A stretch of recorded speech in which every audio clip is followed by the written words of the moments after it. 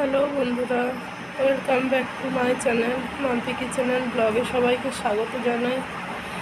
তো বন্ধুরা দেখো, এখন বাজছে বেলা 10টা, আর আমি আজকে উঠেওছি 7টা সাড়ে 7টার সময়। কারণ হচ্ছে যে আমার বেশ কয়েকদিন ধরে প্রচণ্ড আমি অসুস্থ। আমাকে অনেকেই অনেক কিছু প্রশ্ন করছে যে কি হয়েছে, তো সবারই সব প্রশ্নের উত্তর আমি আস্তে আস্তে দেব। তো সেই জন্য আমি সেরকমভাবে বাড়ির কোনো কাজকর্ম করতে পারছি না। আজকেও সকালে যেমন কোনো কাজ বললে চলে, আমি কোনো কাজই করিনি। আমার ছেলে সকালে টিউশনি যাওয়ার আগে বাড়ির কাজগুলো করে দিয়ে গেছে, ঘর ঝাঁটানো, ঘর মোছা। আমি উঠে জাস্ট ওই রাত্রে খাবার কয়েকটুকু বাসন ছিল সেটাই যা ধুয়েছি। কারণ আমার ছেলে এতটাও হয়নি বড় যে ও ওগুলো পারবে, মেয়ে তো খুবই ছোট। আর তোমাদের দাদা ভাই ও যতটা পারে কাজ আমাকে অনেকটাই হেল্প করে, কিন্তু এখনও বাড়িতে নেই। তো আজকে আছে, তার জন্য নয়, কিন্তু আজকে একটু দরকারি কাজের জন্য বাইরে গেছে, চলে আসবে দুপুর 12টার পর। তো যাই হোক, আজকের দিনে আর বেশি কিছু বলবো না, কারণ হচ্ছে আমি পরের কথা ভেবে আজকের দিনটুকু অন্তত একটু ভালো থাকার বা ভালো সবাইকে ভালো রাখার চেষ্টা করব। আমি অনেক বুঝে শুনে মানুষের সাথে কথা বলি, অনেক বুঝে শুনেই চলি, এবং আমি কোনো ব্লগ বানাতাম না। ব্লগটা করার কারণ হচ্ছে এটাই যে আমি বেশ কয়েক মাস হলো কোনো ব্লগ করিনি যদিও। তো এই কিছুদিন হলো আমার তো ব্লগ বানানোর মতো কোনো মানসিকতাই নেই প্রথমত। কিন্তু কিছু মানুষের এত মানসিক টর্চার, কিছু মানুষের যেগুলো সহ্য করা প্রচণ্ড কঠিন।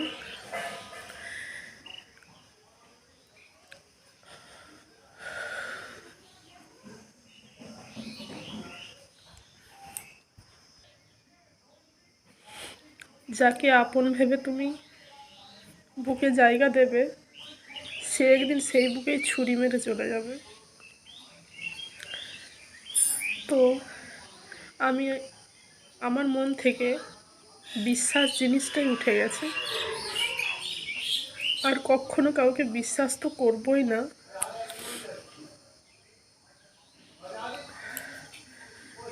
কারো ক্ষতিও করব না, আর কারো যার ভালো করতে পারবো না তার অন্তত ক্ষতি করব না। তো যাই হোক, আর বিশেষ কিছু বলতে চাই না। এই দিক থেকেই, মানসিক দিক থেকে আমি সত্যি প্রচণ্ড ভেঙে পড়েছি। আর আমার অসুস্থতাও আমাকে এখন গ্রাস করেছে। একটা মানুষের শরীরে যদি একরকম কন্টিনিউ যন্ত্রণা সহ্য করে, তো সে কতক্ষণ ভালো থাকবে। আমি এটাই সবাইকে বলতাম, বুঝাতাম যে মাথার ওপর যদি আকাশও ভেঙে পড়ে না, তুমি শক্ত হয়ে থেকো। আজকে সবাইকে যেটা বুঝিয়ে এসেছি, আজকে আমি সেটা করতে পারছি না। আমি ভেঙে পড়েছি তার থেকেও বেশি। তো যে যেরকম পরিস্থিতির দিকে যায় সেই বোঝে যে সে কতটা ক্ষতিগ্রস্ত হয়। তো যাই হোক, আপন আপনই হয়, পর পরই হয়।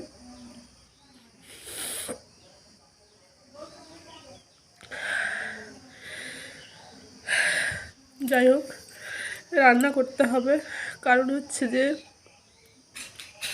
আজকে একটা বিশেষ দিন। আজকের দিনে আমি আমার সংসার জীবনে পা রেখেছিলাম।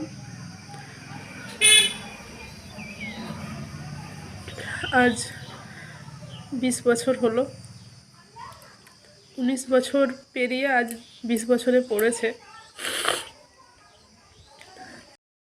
তো তার জন্য একটু রান্নাবান্না করতে হবে। বর অনেক কিছু বাজারও করে পাঠিয়েছে, আমাকে বলেছে তুমি যতটুকু পারবে করো, আর যদি না পারো আমি যাচ্ছি, আমি যেয়ে রান্না করব। আমি দেখি, চেষ্টা করি কতটা কি পারি। তো চলো ভিডিওটা দেখতে থাকো। আজকে খারাপ আছি, কালকে ঠিক হয়ে যাবে, এগুলো আর ভাববো না। তো চলো আজকে কি কি রান্না হয় সেটাই দেখি। যদিও আমি কিছু পারবো না হয়তো রান্না করতে, তো চেষ্টা করি কি করা যায়। তো চলো রান্নাটা করি, তারপর আসছি। দেখো ও রান্না করবে বলে সব কিছু রেডি করেছে। এদিকে আছে চিংড়ি মাছ, এদিকে আছে মাংস, আর এখানে কি একটা বসিয়েছে মনে হয়, আর ওখানে মশলা বাটছে। আমি তো শুয়েছিলাম, একদমই পাচ্ছিলাম না, অল্প দুটি খাবার খেয়ে ওষুধ খেলাম। জানি না ও কি রান্না করবে। এদিকে দেখছি ভাত হয়ে গেছে।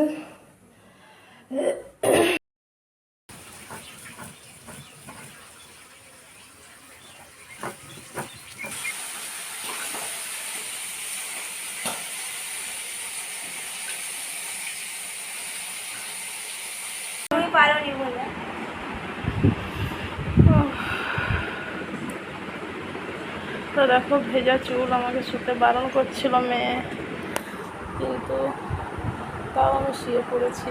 চুলটা এই খাটের দিকে ছড়িয়ে দিয়েছি। কী করবো, একদম পাচ্ছি না। এই গত 2-3 দিন আগে আমি একটা ইঞ্জেকশান নিলাম যন্ত্রণার, আর এত ওষুধ খাচ্ছি, কিন্তু তাতেও কোনো মতে যন্ত্রণা কমেনি। অবস্থাটা দেখো রান্না করে।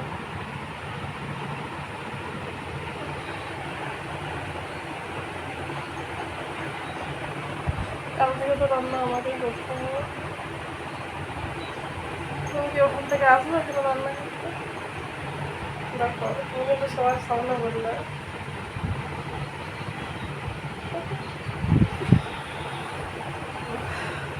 তুমি বলছো তুমি দুপুরে খেতে আসো না, আর কি রান্না করবো? রান্না করে দিয়ে চলে যাবো, খেতে কখন নেবে। রান্না করতে আসবো, কখন খেতে আসবো? খেতে নেবে এটা বলতাম, 10টা থেকে 11টা। এটা বলতাম এরকম। আরে এটা কবে দেবে? হ্যাঁ বলতো, এটা দেখো না। না বুঝি না কথা। উফ, কাকে দেখাবো বলো না। কাকে দেখাবো বলে দিন। ওই ওর কাছকে চলো, যত রিপোর্টগুলো আছে নিয়ে যায়।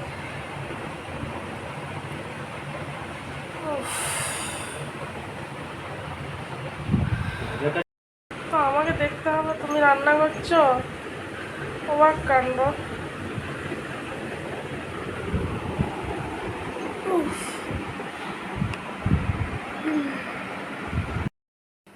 মাংসের কালারটা খুব সুন্দর এসেছে। আর এই চিংড়ি মাছের তরকারি হয়েছে, কাঁকরোল ভাজা। ও রান্না করছে, আমি রান্নায় লবণ দিতে এসেছি, বলতে আমি ঠিকঠাক বুঝতে পারছি না। তো দেখো তোমাদের দাদাভাই খেতে দিয়ে দিয়েছে সবাইকে, সবার জন্য খাবার বেড়েছে। আমাকে বলছে তুমি মাংসটা একটু সাজিয়ে দাও। আমি এখন এসেছি রান্নাঘরে, মাংসটা সব বাটিয়ে বাটিয়ে সেজে দেবো। অনেকটা বেলাও হয়ে গেছে। মাংসের কালারটা দেখো কত সুন্দর এসেছে।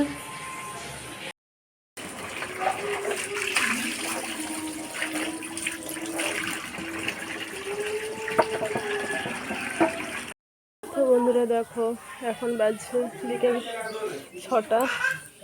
তো এখন সময় আমি সমস্ত কিছু ডাক্তারের রিপোর্ট নিয়ে বেরিয়ে গেছি, এখন যাব ডাক্তার দেখাতে। এই দেখো এই সব রিপোর্টগুলো সব আছে, এমনকি এমআরআই করানো হয়েছে, সেই রিপোর্টও আছে। এখন ডাক্তারকে এখানেই দেখাবো, বাইরে দেখাতে যাওয়ার কথা ছিল, কিন্তু যাব যদিও রিসেন্টলি যাব। তো এখন একটু না ভালো হলে এই অবস্থায় যাওয়া যাবে না অত দূর।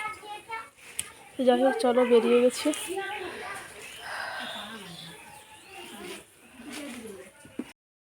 তো বন্ধুরা দেখো, আজকে দুর্ভাগ্যের বিষয়, আমি ডাক্তার দেখাতে গেলাম, দুটো ডাক্তারকে দেখাতে গেলাম, দু জায়গায় বন্ধ। প্রথমে যেখানে গেলাম সেখানেও দেখছি বন্ধ, দ্বিতীয়বার আবার এক জায়গায় গেলাম, সেখানেও দেখছি বন্ধ। তো ডাক্তার দেখানো হলো না, আমাকে বাড়িতে পৌঁছে দিয়ে আবার ওরা ওই যে কী করতে গিয়েছিল দেখবো, দেখাচ্ছি তোমাকে। মেয়ে ছেলে আর এই যে কাণ্ডগুলো দেখো, কাণ্ডটা দেখতে পাচ্ছ, যা পাচ্ছ করুক। তো ছেলে মেয়ের সামনে কেকটা কাটতে আমার খুব লজ্জাই লাগছিল, আমার একদমই ভালো লাগছিল না। তো যাই হোক, তবুও যেহেতু 20 বছরের অ্যানিভার্সারি, তা ওর ইচ্ছে গেল, কেক এনেছিল। তো যাই হোক, ছেলে মেয়েও অনেক জোরাজুরি করছিল, আমার ভালো লাগেনি, সেই জন্য আমি ডাক্তার দেখাতে গিয়েছিলাম, আমাকে নামিয়ে দিয়ে তারপর ও আর মেয়েতে গিয়েছিল, ওর বাবা আর মেয়েতে দিয়ে নিয়ে এসেছে। আমার কিছু বলার নেই, ওরা ওদের মতো, ওদের যেটা ভালো লাগছে আমাকে খুশি করার জন্য ওরা অনেক কিছুই করেছে। মেয়েকে যে নিয়ে গেছিলো সেখানে আংটি কিনেছে, সেটাও কিন্তু আমি জানতাম না। আমার জন্য একটা আংটি নিয়ে এসে রাত্রেবেলায় খেয়ে শোবার সময় তখন আমায় বলছে তোমার জন্য একটা গিফট আছে। তো আমি ভাবলাম কি তো কি, যাই হোক আমারও ভালো লেগেছে। দেখো, প্রতিদিন 2টো করে যন্ত্রণার ওষুধ খেতে হয়, সকালে আর রাত্রে, তবুও যন্ত্রণা কমেনি। আমি কোনো রকম থাকতে পারছি না, এত অসহ্য যন্ত্রণা।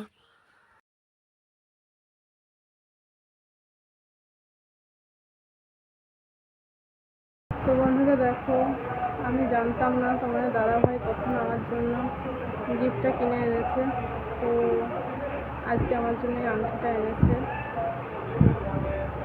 তো আংটিটা দেখে বলো কেমন হয়েছে।